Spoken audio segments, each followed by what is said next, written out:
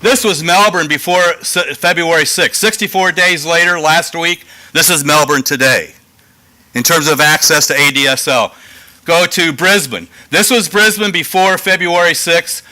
This is Brisbane today, including the Gold Coast.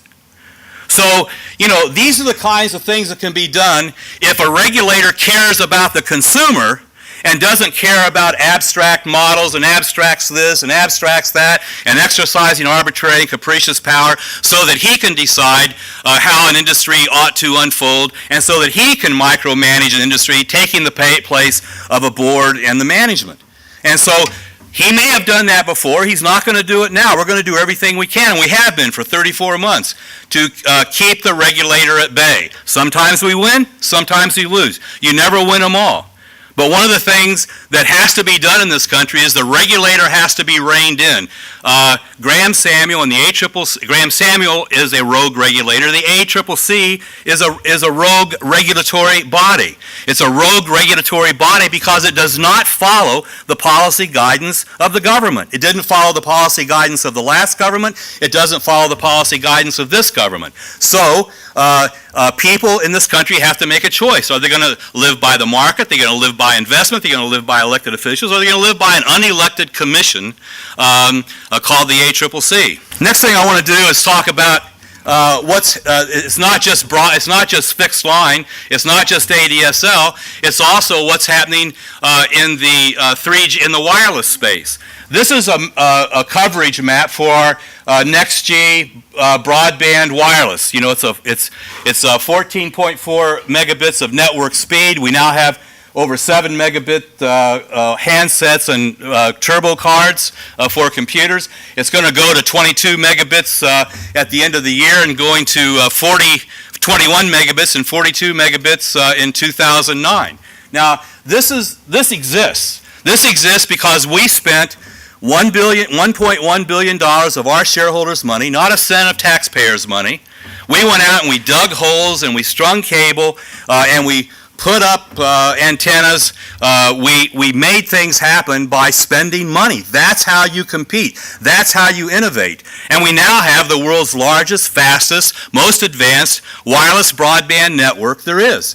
And you can go any place in the world. Nobody can do the things on their wireless high-speed broadband network that we're able to do, that we're capable of doing. Now, you go to Japan and Korea and some of those places, they're doing some of the things, not all the things, and they have some applications that we don't have here. But we have the capacity to carry any application in the world, for any wireless application in the world on this network. This is the planned Opal coverage. Now, the reason I put this in here is because when I really chuckled reading the papers last week about how the Bush is losing out so much because Opal was canceled. Who's lost?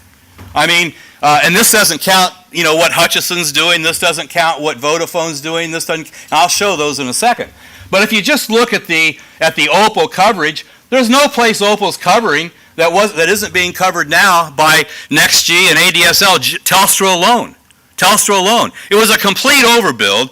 It was a $1 billion giveaway of taxpayers' money, and now we have people, crying crocodile tears because it's been pulled back. Well, nothing changes. Everybody has the same choices they had before, except now they don't have WiMAX. Actually, our technicians, I was out, and about once a month I go riding with the technicians because I like to be with these guys who are out meeting customers every day and digging the holes and get their point of view on things. And so I was in Bendigo, and the tech I was riding with that day, he said, I thought we'd go down to Hungry Jack's for lunch. Some other techs will be there, and we can talk. And I said, that'd be fine.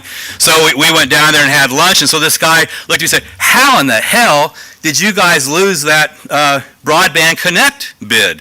And I was kind of defensive. I said, well, this and that. And I was kind of dancing around. And I said, but we're going to try everything we can to reverse that. He said, no, don't reverse it. He said, I just want to know how in the hell you lost it.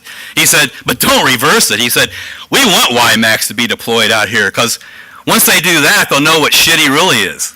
And, I think that there was a lot of truth. That's one reason I ride with techs. You get a whole different perspective on things. What we have here is a a real picture, I think, of a lot of competition, a lot of investment. The failed investments weren't investments at all. They were subsidies where they didn't have it. They had 8 months to do a plan, couldn't do it. We built the whole network from the idea. The day the idea was sprung till the day we turned it on October 6th was 10 months.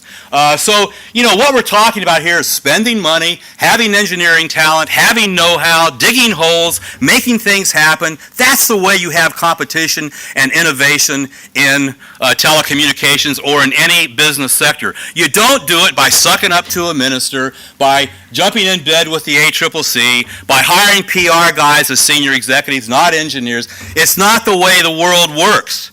And people here, I think, are finding that out very quickly, although some of the comments yesterday, there's still some learning required. Okay, next. So it's myth-busting. Rural Australia has lost out due to the contract cancellation.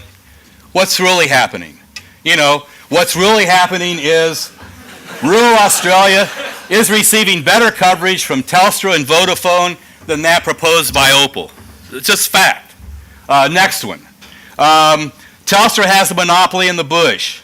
What's the fact? The fact is that people who live in the bush have a lot of choices, sometimes even a lot of choices, sometimes 3 or 4 choices, not just in regional Australia, but also in parts of rural Australia, not remote Australia. But in regional and rural Australia, they have choices, and they're going to have more choices in the months to come.